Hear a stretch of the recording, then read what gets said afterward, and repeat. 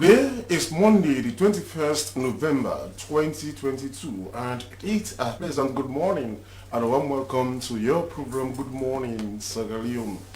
This is a program that always starts your day. I am Sheku Smiler. Our quote of the day is from an unknown source, and it says, "Home is where you trust the toilet seat." I go over these wise words once again by from an unknown source, and it says, "Home is where you trust the toilet seats."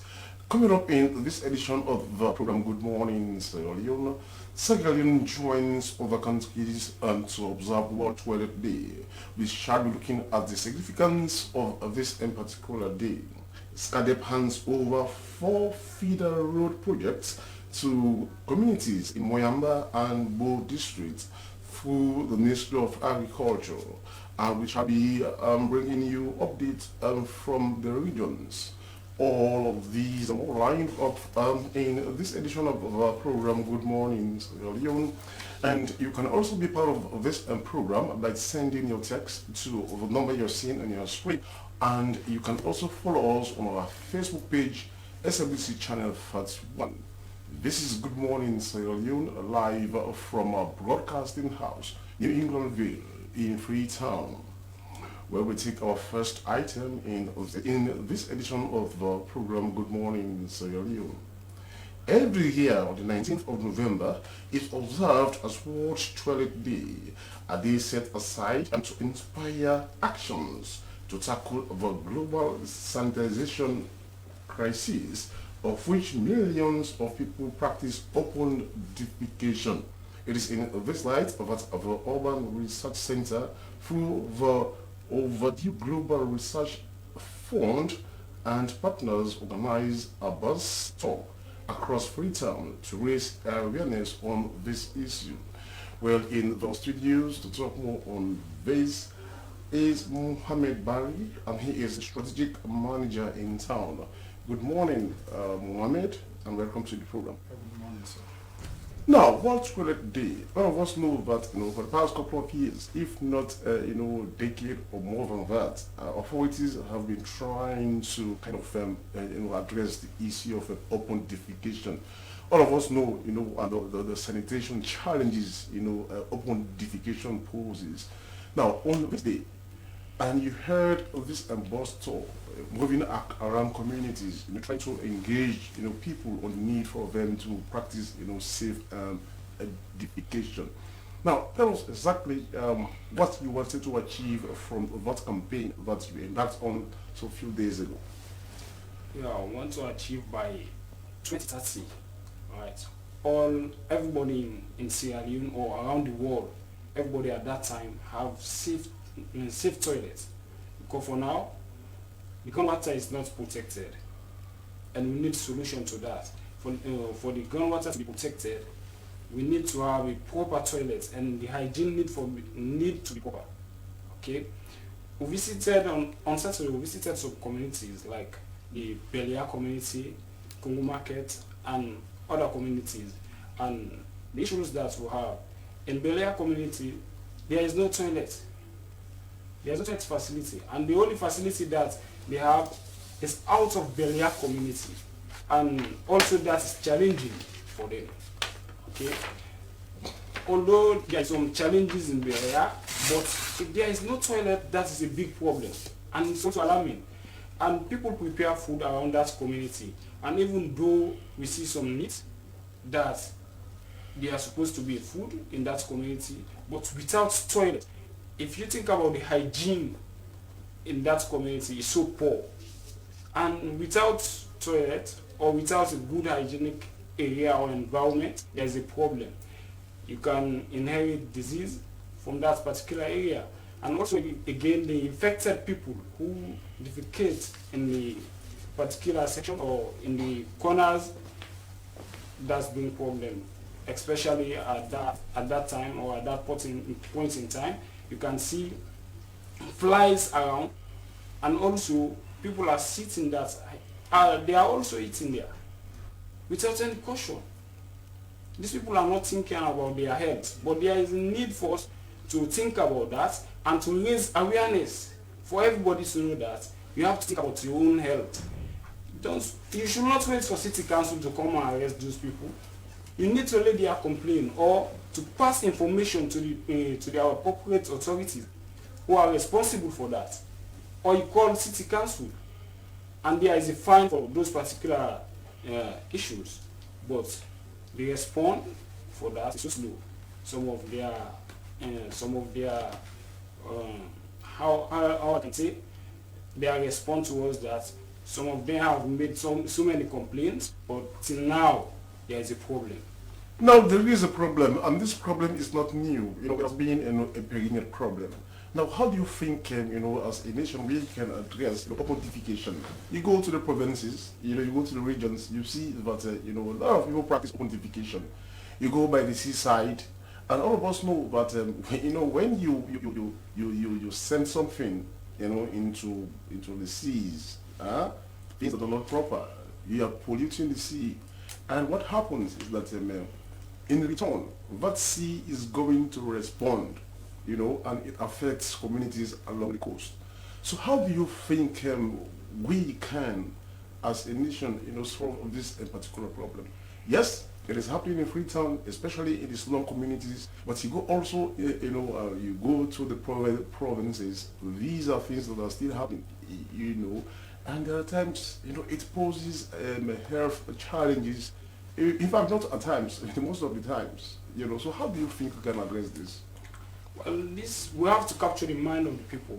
So we have to raise awareness, because just to say we can build toilet, this is not the solution. But to capture the mind of the people, you have to tell us that in this point in time, if we do not handle this at this point in time, there will be a problem and we will not achieve in anything before 2030. So for now, we have to go around and explain this to the people and try again how to put things in place, and advise them also to talk to the government to help the people with public toilets. In that area, there is public toilet, but it's so costly. What about if the person have a warning stool at that particular time? You have to pay 2,000 leones anytime you go there. So think about that. If you went there 5 times, it's 10,000 leones. Might be the business you are doing now. It's not up to 100,000 profit per day. But the thing is that, Mohammed, this campaign, you started in Freetown. Do you have any intention to kind of decentralize it? Because like I mentioned earlier, this opuntification stuff is not only affecting, Freetown. It is affecting almost every region, every district, every kingdom in this country. So do you intend decentralizing this campaign? Yeah, indeed. We have that in mind. But for this year, we just base it in Freetown. But in the coming years, we'll extend it to the rural community. All right, and thank you so much. I'll continue to stay with us. And here is Mohammed Bari, a campaigner against opuntification, as the 19th of every November is World Opuntification Day. This is a campaign against opuntification across the globe. Well, it is absolutely necessary for us to know what happened yesterday so that we can protect the present and also secure the future. So it's time for us to bring you this day in history. This day in history, November 21st. On this day in 1620, the Mayflower Compact was signed. The Mayflower Compact was the first governing document of Plymouth Colony. The Mayflower Compact was written by passengers of the Mayflower and was signed by 41 of the ship's 101 passengers. On this day in 1789, North Carolina ratified the United States Constitution and became the 12th state in the United States. North Carolina was named after King Charles I of England, who originally founded the colony. The name Carolina comes from Carolus, which means Charles in Latin. On this day in 1877, the invention of the first phonograph was announced. The first phonograph was invented and was announced by Thomas Edison. The first phonograph was announced as a device for recording and replaying sound. Thanks for watching this day in history. I'm back, and the program you're still watching is Good Morning Sierra Leone, live on the Sierra Leone Broadcasting Corporation. I hope you learned a lot from those items on this day in history, because we need to know what happened yesterday so that we can protect the present and also secure the future. This is Good Morning Sierra Leone, coming to you live from a broadcasting house in Englandville in Freetown. Well, as we have heard in the news, the Minister of Works has expressed that for sustainable development in agriculture, there is a need for investment in road infrastructure to link farms with potential markets. Peter Bayoku Conte went on that government is working with development partners to achieve this. He made this statement during the launch of handing over of 4 feeder road projects to communities in Moyamba and Bolu district by SCADEP through the Ministry of Agriculture. Well, in the studios to talk more on this is Ibrahim Samura, who is the communications expert and for the SCADEP project. Good morning, Mr. Samura, and welcome to the program. Good morning, and thank you for having me here. Now, for goods to access or produce to access the market, you must have good roads, especially feeder roads, because most of these markets are linked to feeder roads, or feeder roads are linked to the market. And just a few days ago, we saw this person from the Minister of Works and handing over projects to communities in Moyamba and Bo districts. Now tell us, how would this help address some of the food insecurity issues we are faced with by acceleration? Thank you very much for that brilliant question. Well, as you know, the rehabilitation and maintenance of feeder roads falls under component 2 of the SCADEP project and development objectives, which is market access improvement. And I think the significance of feeder roads cannot be overemphasized. And for me, I believe that without roads in general, and feeder roads in particular, you cannot talk of development. And in the case of food security and food self-sustainability, of course, you get it right when you are able to link the farms to the market. And that is a challenge that has been perennial in Sierra Leone, for a very long time. And if farmers cannot access markets to get their produce, then in a very huge way, it not only affects their own livelihood as individuals, but it also affects the national economy, because whatever they get to the market is to sell, and whatever they sell trickles down to the average consumer.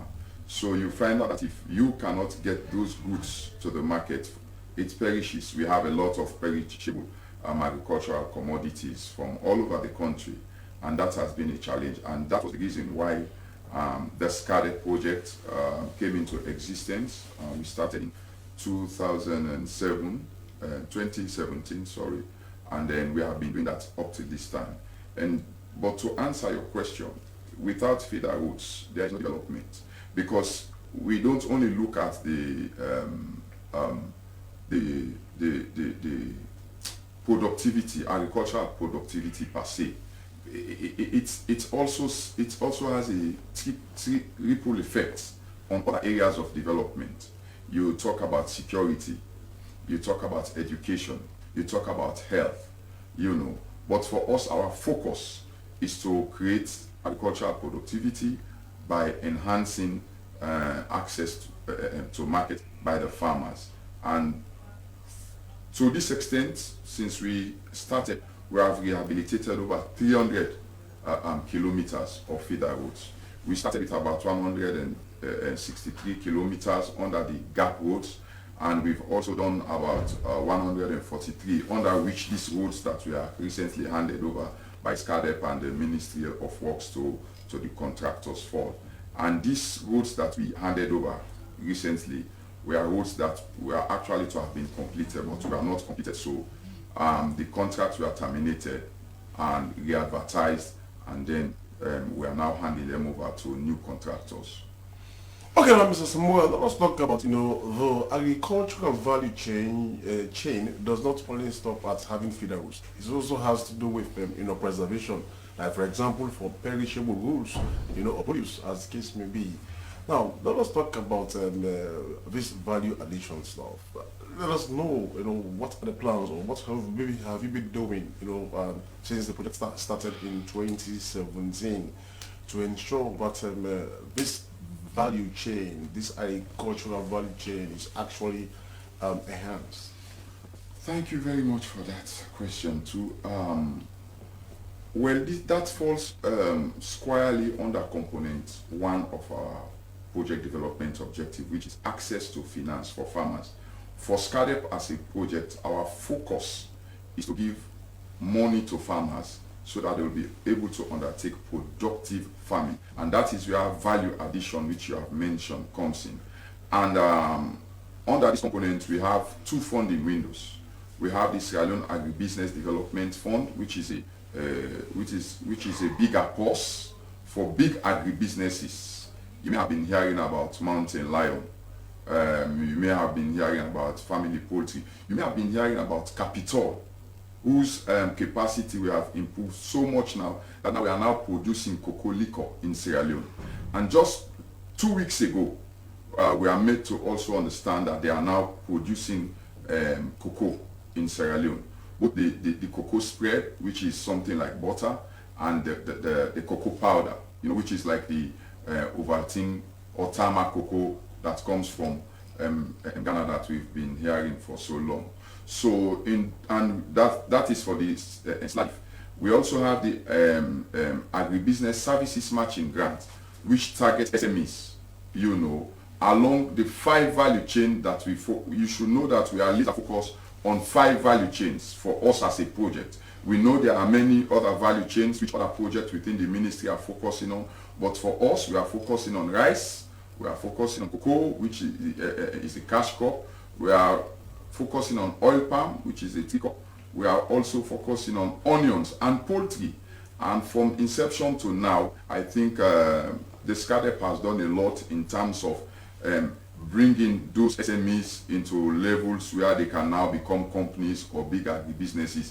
And for the big agribusinesses, through the Outgrow model scheme, which is a model for me that is a niche in Sierra Leone, we have been able to reach over 40,000, I think over 200,000 farmers around the country, because that model, the money is given to the big agribusinesses to work with those smallholder farmers, so that those smallholder farmers will also supply those big agribusinesses to feed their value addition, which you are talking about. And under the ASMG, the Agribusiness Services Matching Grant, to foster the value addition, we build a processing center for them, drying floors, wash facilities, and we also equip those processing centers with machines for those rice producing organizations. We give them threshers, and destoners and things like that.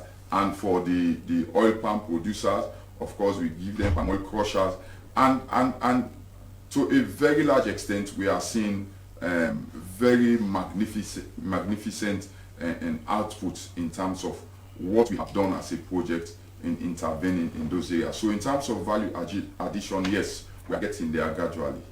Okay, now let's talk about these rules, these feeder rules you're handing over to communities. Let us talk about the structural, integrity of these rules. Because, for example, now, the rules might be constructed or rehabilitated during the dry season, and during the rainy season, you see it, losing its structural integrity.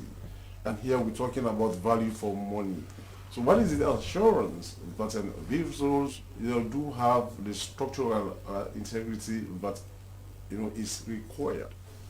Yeah, before I come down, let me just state that these roads that we are handed over quite recently by both the SCADEP, the Ministry of Works, represented by the Minister of Works and the SLRA, and also the Deputy Chair of the Committee on Agriculture in Parliament, who are there jointly in the field.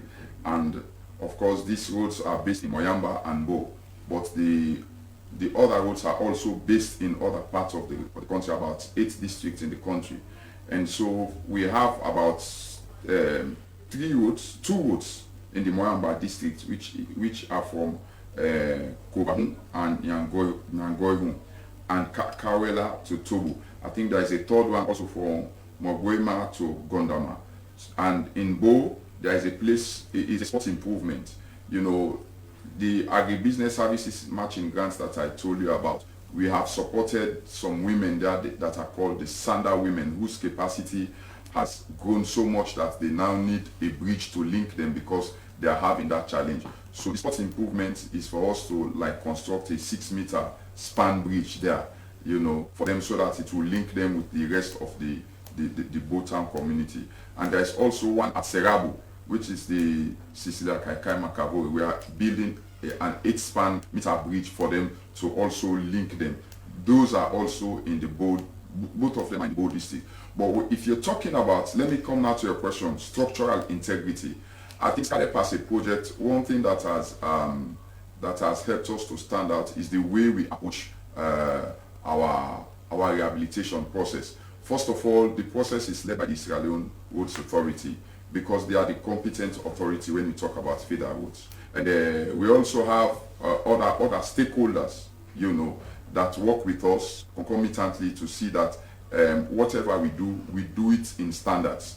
And so that is why from design stage, everything is done within specifications that are required for those roads to last. And I want to assure you that for all the roads that we have done since the inception of SCADEP to now, if you go there, because there is always oversight from all the various stakeholders, from the Ministry of Agriculture to the Ministry of Works to the SLRA to the project itself, and from the Parliamentary Oversight Committee. They are always there in the field to assess what happened. So whenever there is a defect, either that project is terminated or the contractor is asked to do it according to the specifications. And the good thing is that for us as a project, what we normally do is to do public disclosure. And now, before the project commences,